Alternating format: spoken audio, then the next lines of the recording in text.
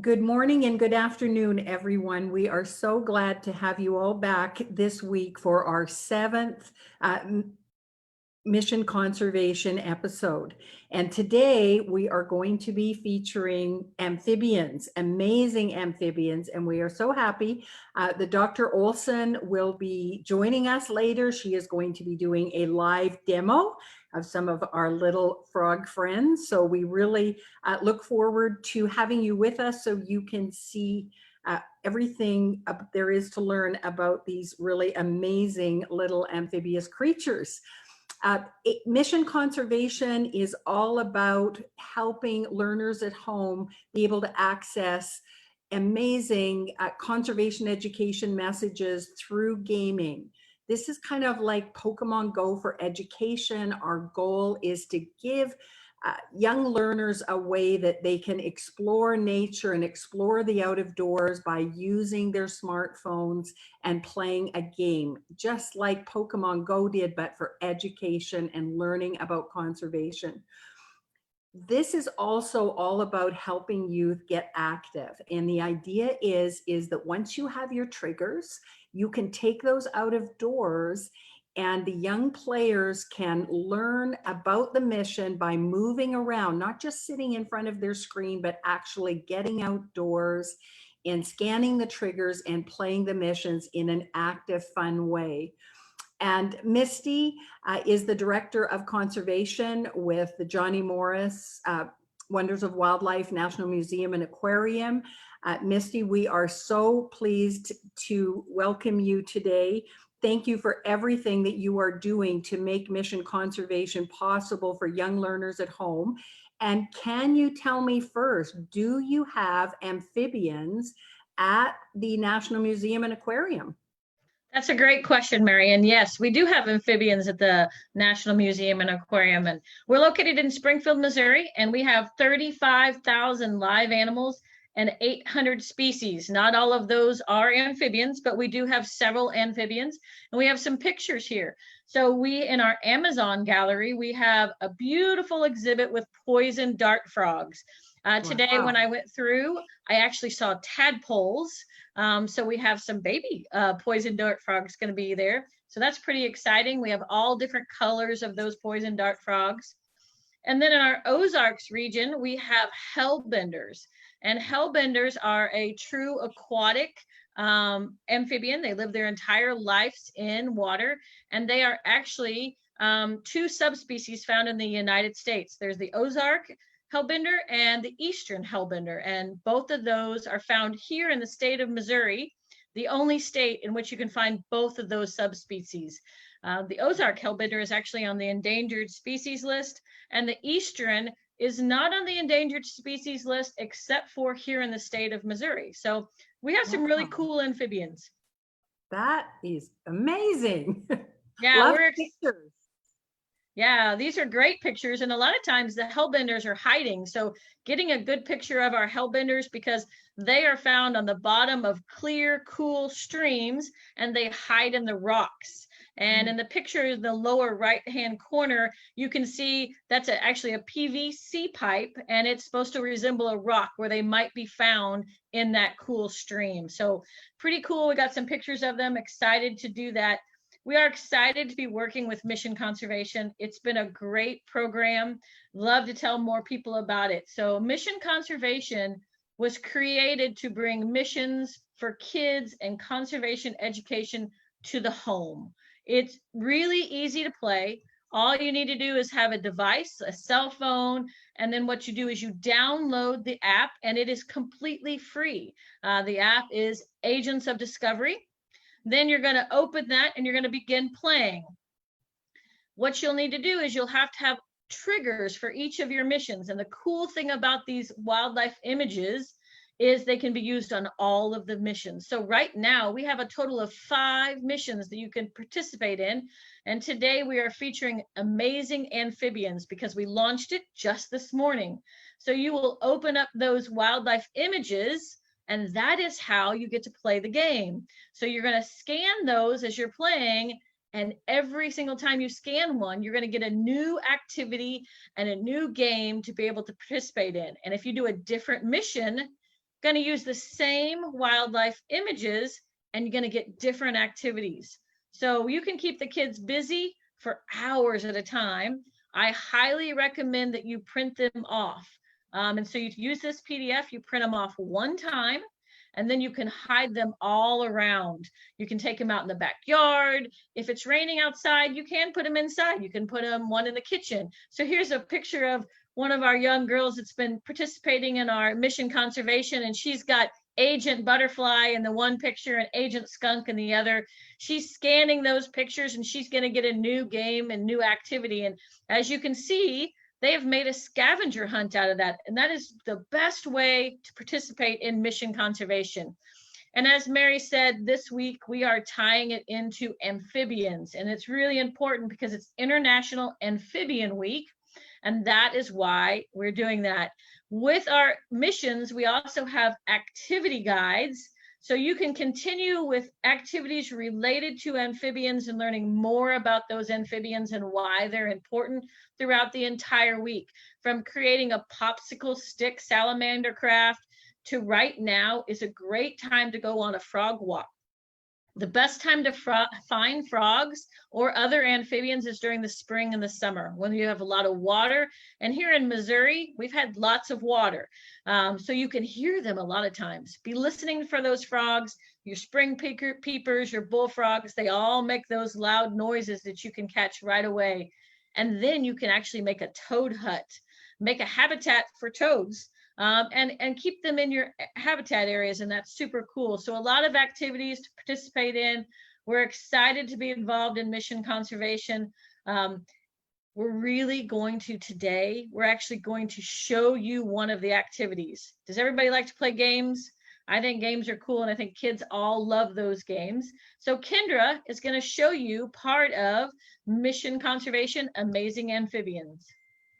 Hey everybody, this is Kendra here. I work with Agents of Discovery with Mary, and today I'm going to be showing you the Emerging Learner Amazing Amphibians mission. So this here is a screen share of my phone. Everything you'll be seeing today is what I am seeing on my phone as I'm playing this mission. So I'm going to hit play, and here we see our lovely loading screen. This little frog is going to be leading us through the mission for today. So he says, "Welcome, Agent. On today's mission, you will discover many interesting facts about amphibians and how important it is for us to protect them. Are you ready? Let's go." So here I'm going to tap to continue. And now what comes up is a whole bunch of different markers. So this is my mission. Every time I tap on one of these, I'm going to get a different challenge, which will encourage me to answer questions about amphibians or whatever the topic of the mission of the week is. So I'm going to select this one down here. Just going to tap on that and wait for this to load. So it's going to tell me to be on the lookout for an American alligator. So this is the part where I'm going to scan my trigger. So what you're seeing right now is my at-home office. It's just located in my kitchen. So here I have already loaded up the image of the alligator that I'm going to be scanning today. And as Mary or Misty mentioned, you can print these out and hide them around your backyard or your house. We would encourage you to do that to make it a fun interactive scavenger hunt for your players. So nice work. I found the American alligator, and we're just going to wait for this to load. Great. So here's my agent brief. It's going to give me some information about how to safely catch and handle amphibians like frogs, salamanders, and toads. So this is going to give me some information about that. And I am just going to click close here. So choose the methods that are best for handling amphibians. And I'm going to click hide. And now we're going to see a little more of my house. So I'm looking around here. Here's some possible answers. So place them in a clean container. Yes. We're not going to put them in a pocket for later. We are going to wash hands before holding. We're not going to squeeze them tightly. We will release them after handling. We will wear non-powdered gloves. And what else is here? Using thumb and fingers. Great. Okay. So it looks like I got everything right here.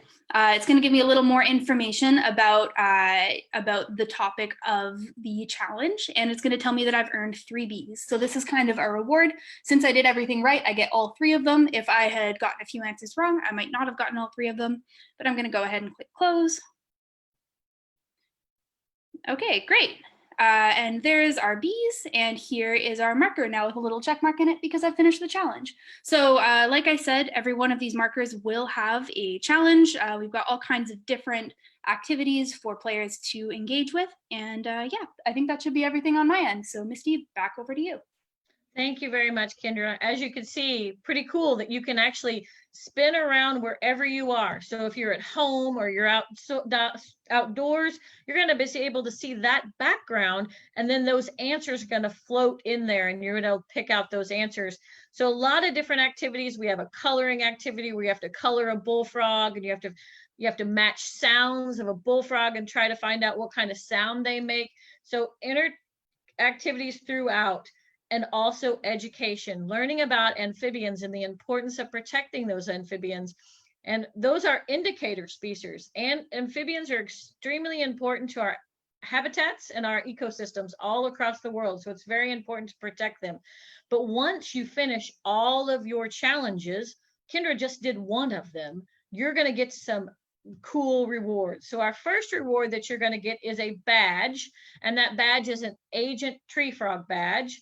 Then you're actually going to get a Snapchat filter. So you're going to click here and you're going to get your Snapchat filter. And what that is you be able to share this with your friends. You're going to scan the code, and then you can have a frog face. So just some fun interactions that you can share with your friends, tell them about mission conservation. But that's not it. This week, we are here to announce that you're also going to have the ability to win other prizes. So we're working on all the details, and we'll have those out soon, but you're actually going to get a fishing kit. You could get this fishing kit. And in our fishing kit, you have bobbers, you have line, you have pliers, you have a little net, and the container turns into a critter container. So if you catch little tadpoles or anything like that that you want to look at, remember, big key is you got to put them back, but you can get those out and look at them. We also have an identification chart with it too, so you can identify those animals that you're finding all around. So this will actually even increase more in the activities that you're doing in conservation. And that's what we really want to do, is we want to get kids engaged in conservation, out in the field learning. And that is so important with our kids, to get them started young in conservation. Well, today we have a special guest with us, and she actually has some live animals that she's going to show us. Are you ready? So Dr. Didi Olson, she is an ecologist and conservation biologist with the U.S. Forest Service. Didi? Thank you, Misty. I'm so excited to be here. Thank you for inviting me. This image shows the three main kinds of amphibians that occur across the world. And of course, at the top of the world, you can see a frog, and it's very bright red color, just like those poison dart frogs that you have on exhibit there. Frogs are the most common type of amphibian that you would find out in nature. But right below that, you see that black spotted salamander. Salamanders and newts are the second most common type of amphibian, and they're very common in North America. In fact, areas of North America are a biodiversity hotspot for salamanders. There's more found in North America than anywhere else on the world. Then you see this odd worm or snake thing wrapped around the world, and that's the third type of amphibian, called a Sicilian. They don't occur in North America, so you may not have heard of them, but they live in the ground just like some worms do, and they really are associated with tropical places in South America, Central America, Africa, the southern hemisphere of the world. So what are amphibians? These are the three main types, but even within a single type, they look differently at different times of their life cycle. So I think the next image shows their life cycle, or life cycle of a Pacific tree frog. And frogs will lay eggs, and you can see there's a line underneath that line that is showing water. And you see those little polka dots. Those are the eggs. And they grow into tadpoles, which also are called larvae, or sometimes polywogs. The They look like little fishes. They have giant heads and a small narrow tail. Over time, they'll grow legs. And for amphibians, they're tetrapods. Tetra means 4, pod means feet. They have 4 legs. So those tadpoles will grow 4 legs and then emerge onto land. And so a lot of the frogs you see might be near water, but they can be very far from water as well. And so I have some, hopefully you can see some of these tadpoles. On Friday, just before the weekend, I went out in nature and I got egg masses, and they hatched this morning. And you can see tiny little eggs with the tadpoles almost ready to hatch. There's one in a little bubble.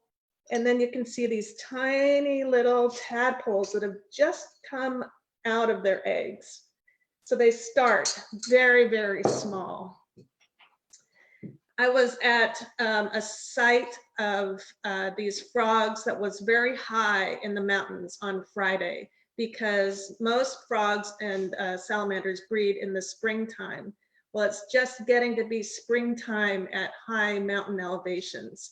And I think there's some pictures of toads coming, and I'll show you the species that I was looking at these high elevation sites.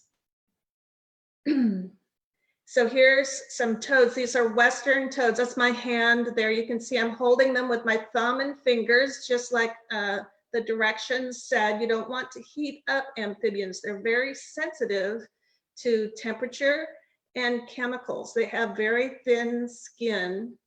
But these are the breeding toads. And on the right, you can see there's a male and a female together. The male is piggybacking that female, getting ready to lay eggs.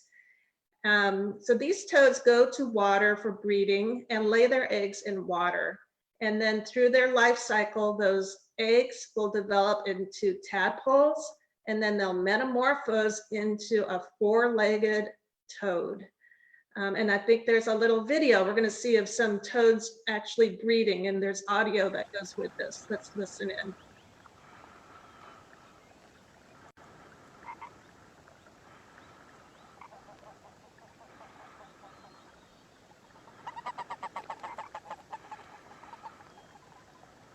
So those little bumps in the water, those are toads breeding. Here are the eggs. In this species, the eggs are laid in these long strings.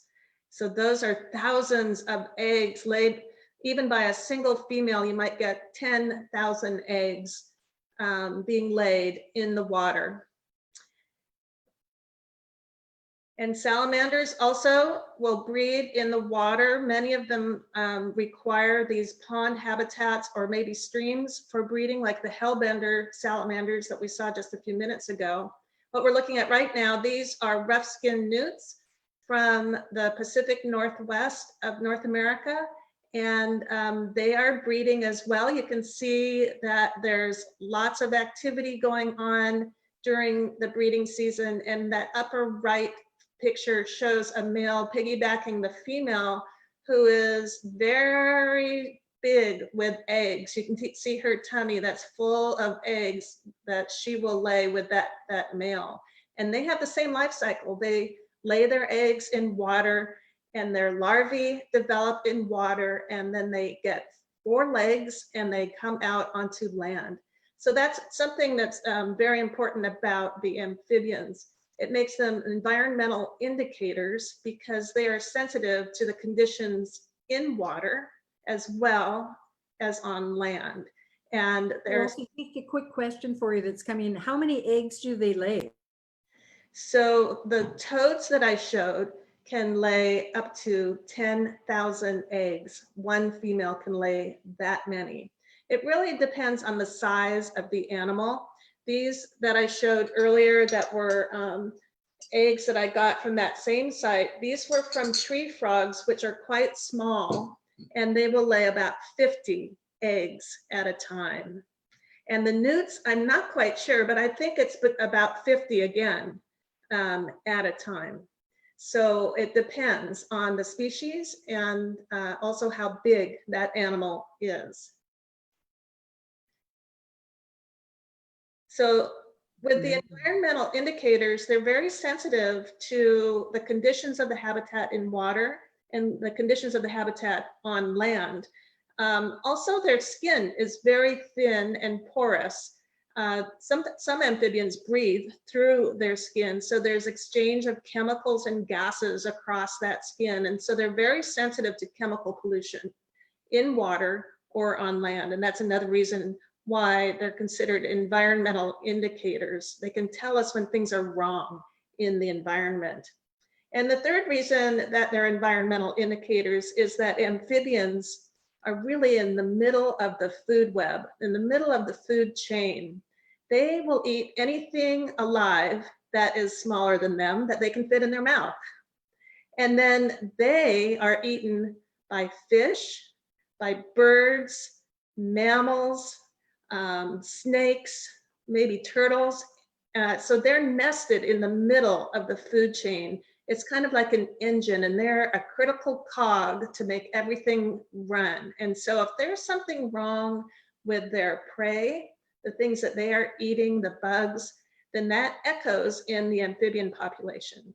Or if there's a problem with their predators, that also echoes. So they can indicate and tell us when something is wrong with their environment. That's why, in a way, we're concerned about amphibians right now, because there are a lot of species or populations that are being lost because habitats are changing, maybe by chemicals, or maybe their environment is changing, affecting the things that they eat or the things that eat them. And we can help with that by keeping the habitats stable and not changing the habitat. And then there's other things that we can do as we handle amphibians, make sure we're not taking them home, leave them be out there. Certainly you want to look at them and examine them. They're fascinating, but leave them in nature. And I think I saw wash your hands. We don't want to transfer their diseases between each other. Disease is a big deal with amphibians.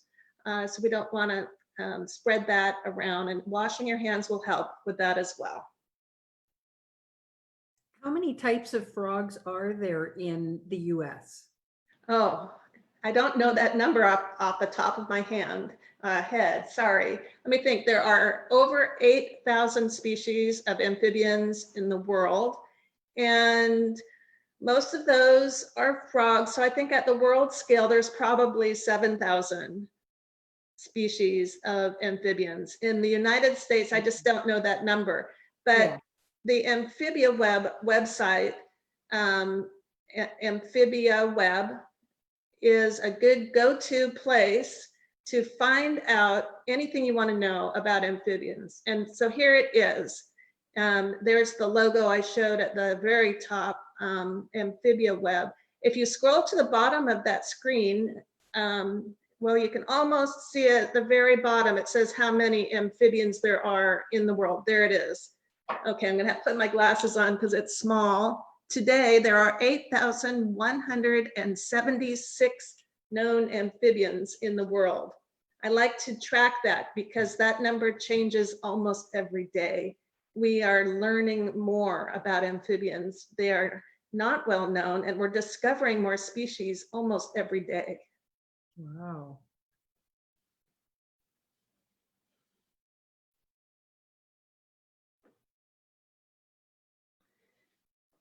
So I talked about threats a little bit. Threats include changes to their habitat and diseases, but there's other threats. The two other main ones that I would mention would be invasive species, where maybe we are moving other animals around to new habitats, and overuse, where people are using them too much. So try not to bring the amphibians to your house. This is one thing that we're celebrating with Amphibian Week this week, and it's International Amphibian Week.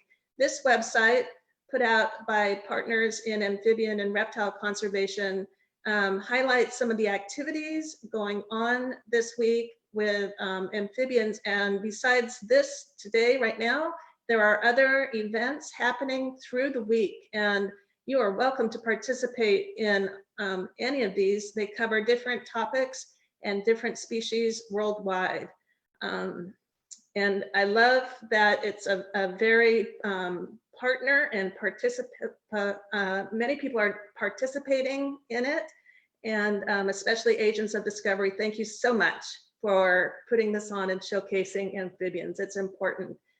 Raising our awareness for amphibians will help raising our awareness for the environment, because we're all connected. Exactly. Well, thank you very much, Dr. Olson. And thank you very much, Misty, for helping promote mission conservation. Misty, did you want to just remind us about the mission of the week? Yeah, this week's mission is Amazing Amphibians. And remember, it's really easy. All you need to do is download the app, Agents of Discovery, go to the website, wondersofwildlife.org/missions, get your wildlife triggers, scan them, and start playing. And remember, there are 5 other missions, and every single one of them is about conservation, getting you outdoors, and allowing you to learn about the animals that need our help and the habitats that need our help. And I understand next week is going to be a really big week. What's happening next Monday, Misty? Yes, so next Monday is World Ocean Day, and we have gonna be partnering with Cook Islands.